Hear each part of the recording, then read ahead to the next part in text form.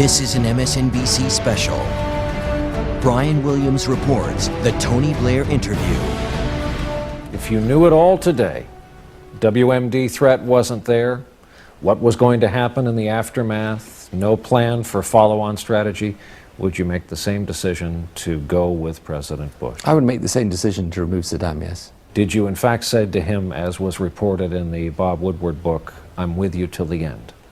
I told him I was with him once it was clear that Saddam was not going to comply with the UN resolutions. You know, I've never made any secret of the fact that this wasn't an act for me of simply of, well, America wants it, you know, that's what we've got to do. Of course, I believe in the alliance, but I believe in it for a reason. Unless we sort out the Middle East, the problems that are there, this mix of extremism, oppression, lack of proper progress, we will continue to have this exported around the world. And it's not that the people don't want it. When people talk about Iraq being in a civil war, it's not in a civil war. The Sunnis and the Shias and the Kurds basically want to live together. The minorities of them don't, but basically they do.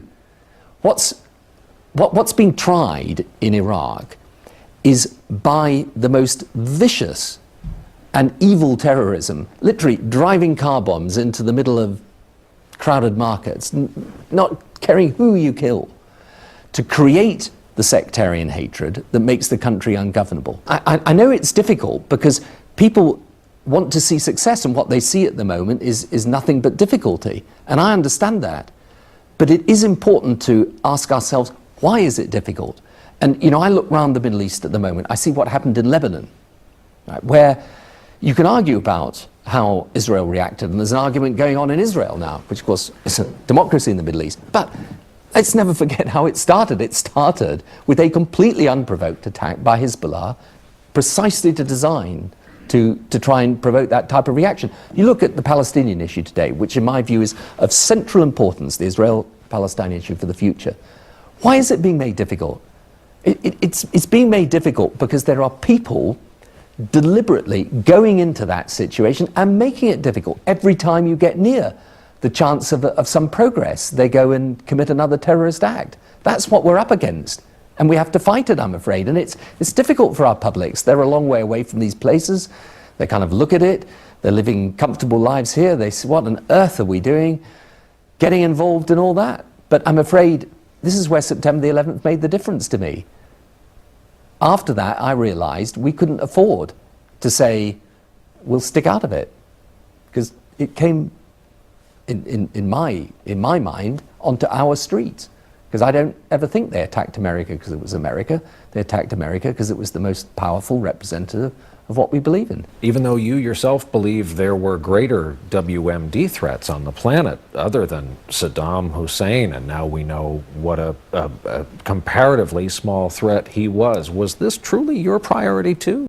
Well, the priority was to signal a completely different attitude on it. And therefore, again, this is sometimes forgotten in the rewriting of the last few years. Libya was important.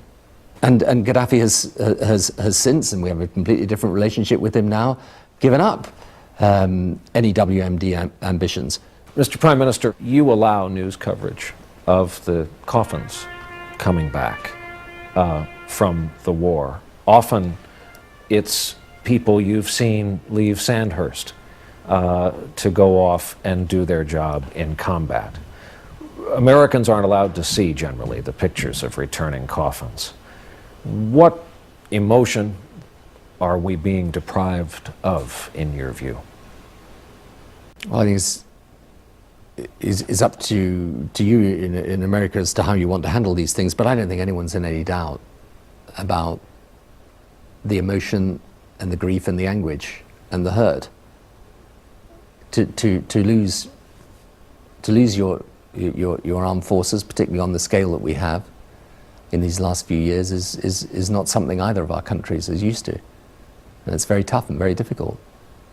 And it's increasingly the case, I have to say to you, that I think countries like ours around the world are often very unwilling now to pay that price. The danger is if you're faced with what you perceive as a real threat and you you don't have the armed forces, and we are fortunate in that we have the armed forces capable of doing this job, but if you are faced with that threat and you don't have such armed forces, then you're going to have a problem.